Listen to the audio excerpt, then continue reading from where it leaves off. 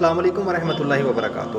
لاکھوں کروڑوں درود و سلام جناب محمد صلی اللہ علیہ وآلہ وسلم اور ان کی آل پر۔ آج کا جو میں نے ٹاپک سوچا ہے نا، وہ ان شارٹ میں نے خلافت راشدہ کی تھوڑی سی برکات کے بارے میں نے کہا ڈسکس کر لوں۔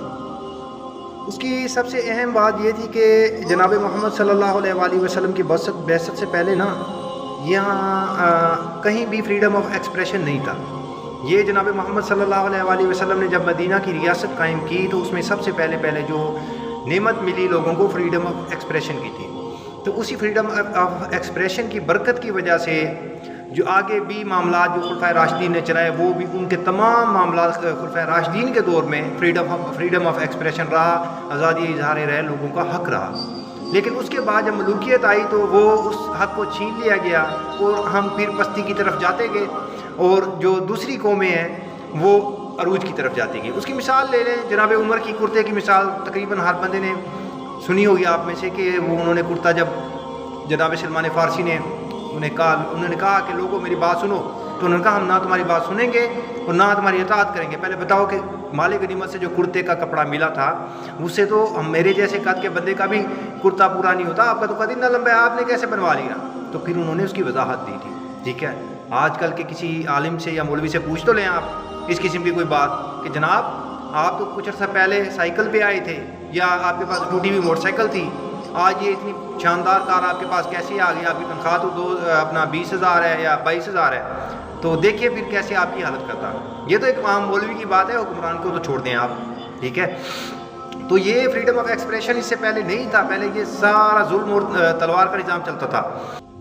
اور ایک جو غیر مسلم ابھی بھی اعتراض کرتے ہیں نا اسلام تلوار کے زور پہ پھیلا تھا، تو واقعی اسلام تلوار کے زور پہ پھیلا تھا، اس بات کو ہم مانتے ہیں، لیکن یہ تصویر کا ایک رخ ہے۔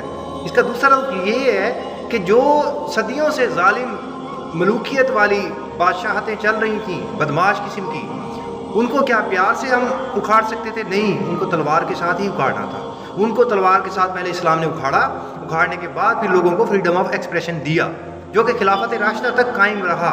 اس دوران میں نے جناب عمر والا واقعہ کوٹ کیا، اس کے بعد جناب علی کا واقعہ آ جاتا ہے۔ جناب علی رضی اللہ تعالیٰ عنہ نے اپنی ایک ڈھال ان کی چوری ہو گئی، تو اگر ملوکیت کا دور ہوتا نا تو انہوں نے کہنا تھا پکڑو اس کو اور اس کو ڈالو جیل میں۔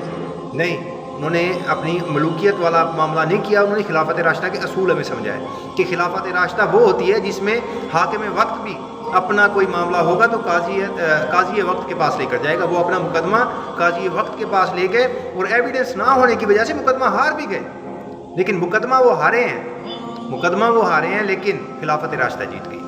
اسی لیے تو جناب علی کہتے تھے کہ کفر کا نظام چل سکتا ہے لیکن ظلم اور ناانصافی کا نظام نہیں چل سکتا۔ انہوں نے اس چیز کے ذریعے بتایا کہ خلافت راشدہ وہ ہے جہاں رول آف لا ہے، جہاں رول آف لا ہوگا وہ معاشرہ کامیاب ہوگا۔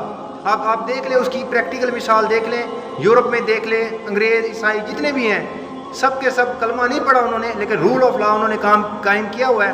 آج دیکھیں وہ کہاں پہنچے ہوئے ہیں، اور ہم کلمہ پڑھے ہوئے ہیں لیکن رول آف لا کوئی قائم نہیں ہے ہمارا، تو آج ہم دیکھیں ہم کس بستی میں پڑے ہوئے ہیں۔ تو یہ ایک پیغام دینا چاہتا تھا میں آج کی یوتھ کو کہ خلفائے راشدین کی زندگی کے بارے میں پڑھیں کہ ان کی دور میں کیا کیا برکات ہمیں حاصل ہوئی ہے۔ ٹھیک ہے، یہ تو ایک پہلو تھا برکت کا، میں نے کہا چلو آپ سے شیئر کر دوں۔ ٹھیک ہے، تو باقی بھی اور بہت سی برکات ہیں۔ تو رول آف لا تو سب سے بہتر ہے نا، جو کہ اب یورپ نے اڈاپٹ کیا ہے، اب وہ کامیاب جا رہے ہیں۔ اب ہمارا حال دیکھ لیں۔ باقی اللہ ہم سب کا حامی و ناصر، و دعا کر سکتے ہیں کہ ہمارے یہاں بھی رول آف لا قائم ہو انشاءاللہ مسلمانوں کے درمیان۔